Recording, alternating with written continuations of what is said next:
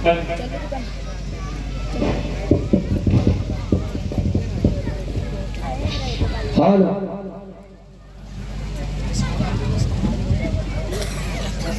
علیکم ورحمۃ اللہ وبرکاتہ۔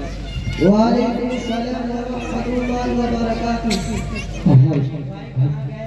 بہت دنوں سے ملاقات ہی نہیں ہوئی، کون سی کونے میں گھس گئے تھے؟ سب خیریت تو ہے؟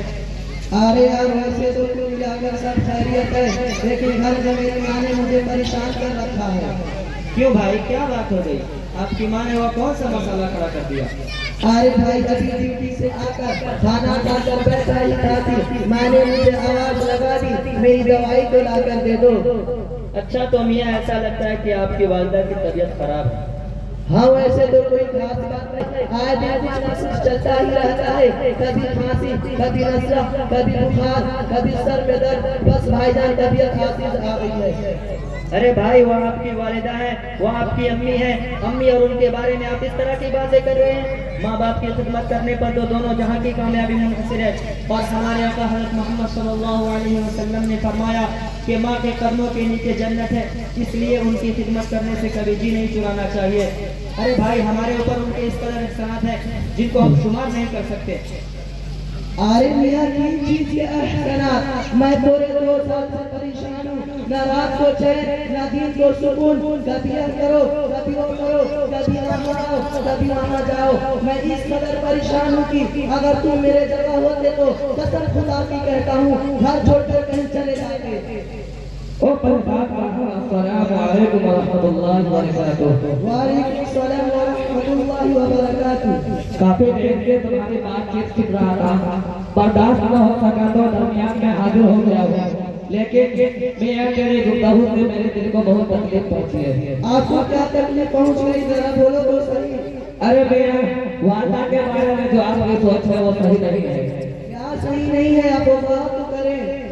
ارے بھائی آپ کی گفتگو سے لگتا ہے کہ ماں باپ آپ کے لیے بوجھ ہے، حالانکہ اللہ تبارک و تعالیٰ نے ماں باپ کا وہ مقام و مرتبہ رکھا ہے جس کا اندازہ نہیں لگا جا سکتا، اور جس کے بارے میں خود رب کائنات نے قرآن کریم میں ارشاد فرمایا وَقَضَىٰ رَبُّكَ أَلَّا تَعْبُدُوا إِلَّا إِيَّاهُ وَبِالْوَالِدَيْنِ إِحْسَانًا إِمَّا يَبْلُغَنَّ عِندَكَ الْكِبَرَ أَحَدُهُمَا أَوْ كِلَاهُمَا فَلَا تَقُل لَّهُمَا أُفٍّ وَلَا تَنْهَرْهُمَا وَقُل لَّهُمَا قَوْلًا كَرِيمًا۔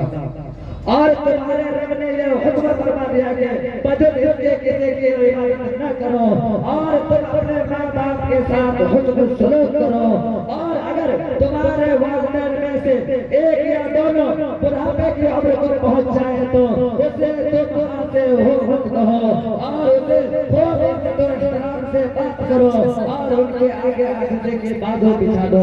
آئے میرے سمجھ میں اللہ نے کیا فرمایا کہ کسی بھی حالت میں ماں باپ کو اوپی کہنے کی اجازت نہیں ہے۔ کیا مطلب میں کچھ سمجھا نہیں؟ ارے اس میں کون سا منطق یا فلسفہ بھرا ہے جو آپ سمجھا ہی نہیں؟ اچھا مثال کیا سمجھیے، آپ گہرے نیند میں سوئے ہوئے ہیں اور آپ کے ماں نے آواز لگا دے او بیٹا ذرا پانی تو لاؤ، اور آپ کی نیند جو آپ کے کھانے پر ٹوٹے ہیں، اور اس پر بھی اس نیند کے ٹوٹنے پر بھی آتے ہو جانے کی اجازت نہیں ہے، بلکہ اٹھو اور فوراً خود کو بتا لاؤ۔ جی میاں بات تو سمجھ میں آ گئی، لیکن میں نے اپنی ماں کی اتنی خدمت کی کہ حق ادا کر دیا، اب ہمارے اوپر کا کوئی حق باقی نہ رہ گیا۔ ارے میاں یہ منہ اور مسور کی دال، ذرا سوچ کر بولو، تم کہتے ہو کہ ماں کا حق ادا کر دیا؟ ارے جناب ساری زندگی بلکہ زندگی کا ایک لمحہ بھی لگا دو گے، حق تو بہت دور کی بات، حق وہ بھی ادا نہیں کر سکتے۔ ارے بھائی کیوں نہیں حق ادا کر سکے؟ ہاں تو سنیے، حضور صلی اللہ علیہ وسلم کے پاس ایک نوجوان آ کر عرض کرتا ہے اے اللہ کے رسول صلی اللہ علیہ وسلم میں ایک سوال کرنا چاہتا ہوں، آپ صلی اللہ علیہ اجازت ہو تو عرض کرو۔ آپ صلی اللہ علیہ وسلم اس نوجوان کو اجازت دے دیتے ہیں۔ وہ نوجوان کہتا ہے اے اللہ کے رسول صلی اللہ علیہ وسلم میری والدہ بہت بوڑھی اور کمزور تھی اور میں اس کی خدمت کرتا تھا، ایک مرتبہ اس کے دل میں حج بیت اللہ کا شوق پیدا ہوا، وہ اتنی کمزور تھی کہ چل نہیں سکتی تھی، اس لیے میں نے اپنی والدہ کو ایک ٹوکرے میں رکھا اور اپنے سر پر رکھ کر حج کے لیے روانہ ہو گیا اور پورا حج اسی حالت میں کروایا۔ اب میں یہ پوچھنا چاہتا ہوں کہ کیا میں نے اپنی والدہ کا حق ادا کر دیا؟ تو پتہ ہے میرے آقا صلی اللہ علیہ وسلم نے کیا جواب دیا؟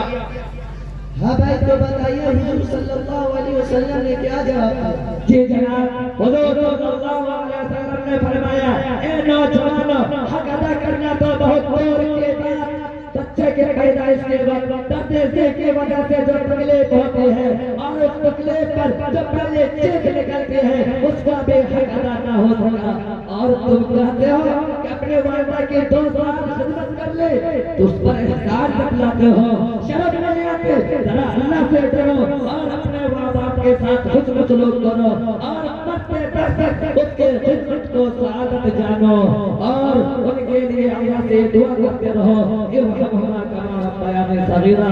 اے رب کائنات، ان دونوں پر رحمت کی برسات فرما جیسے کہ ان دونوں نے مجھے چھوٹے پر میں پالا ہے۔ بس کرو بھائی بس، واقعی آپ نے ہماری آنکھیں کھول دی۔